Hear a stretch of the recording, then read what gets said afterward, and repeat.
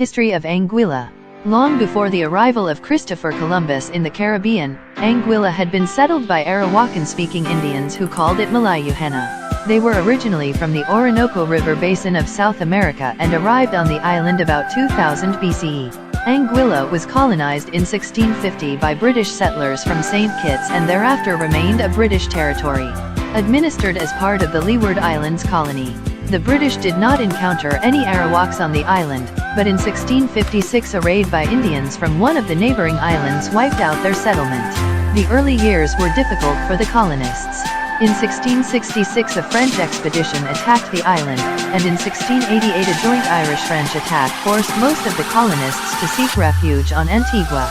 During the latter part of the 17th century, the poor yield from tobacco, the island's principal cash crop, and from cotton created economic hardship.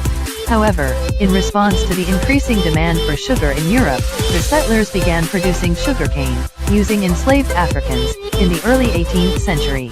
Sugar, which yielded better returns than tobacco or cotton, transformed an economy made up primarily of European small farmers into one in which the laboring class was composed mostly of African slaves working on sugar estates.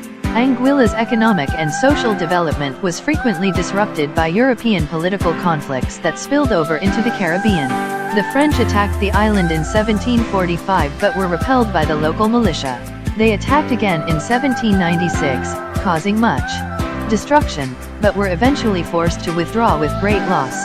Conditions in Anguilla were influenced not only by European conflicts but also by political expediency.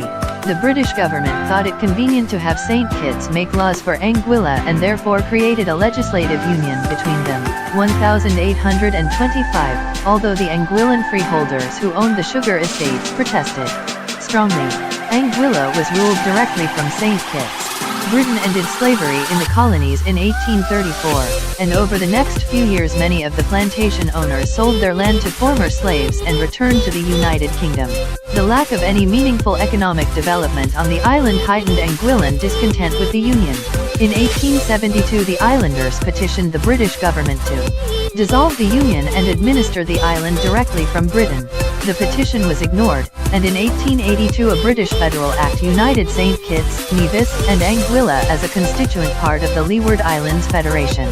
During the early 1890s, Anguillans endured much suffering when prolonged droughts led to severe famine. Such conditions and the Great Depression of the 1920s and 30s which affected the entire Caribbean but hit poverty-stricken Anguilla particularly hard caused many Anguillan workers to migrate to the Dominican Republic to work in the sugarcane fields. Others found work in Aruba and Curaçao. A series of labor disturbances throughout the British West Indies in the 1930s spurred the creation of a royal commission, popularly known as the Moyne Commission, to examine social and economic conditions in the islands.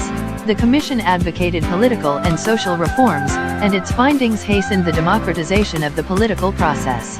Anguilla was granted universal adult suffrage in 1952. Further changes occurred in 1956 with the dissolution of the Leeward Islands Federation and the designation of St. Kitts, Nevis, and Anguilla as a crown colony, and in 1958, when the three islands formed a single political unit within the West Indies Federation. After the federation's collapse in 1962, the British government attempted a federation of the smaller territories. When that, too, failed, most of the islands were granted new constitutions that provided for statehood in association with Britain. In 1967 Anguilla became part of an associated state with St. Kitts and Nevis, again contrary to the wishes of Anguilla, which ejected the St. Kitts police, set up its own government, and proclaimed an independent republic. Negotiations for a peaceful resolution of the conflict failed, and British troops intervened in March 1969. British rule was restored and a temporary commissioner was installed. Subsequently, the Anguilla Act of July 1971 placed the island directly under British control. A new constitution in 1976 gave the island a ministerial system of government and provided a larger measure of internal autonomy under the Crown. In 1980 Anguilla formally became a dependent territory. From 2002, overseas territory of the United Kingdom, and a new constitution became effective in 1982. It was amended in 1990. Anguilla has developed into a stable parliamentary democracy with a growing economy, a consequence of massive injections of foreign capital, mainly from the United States, during the early years of the 21st century.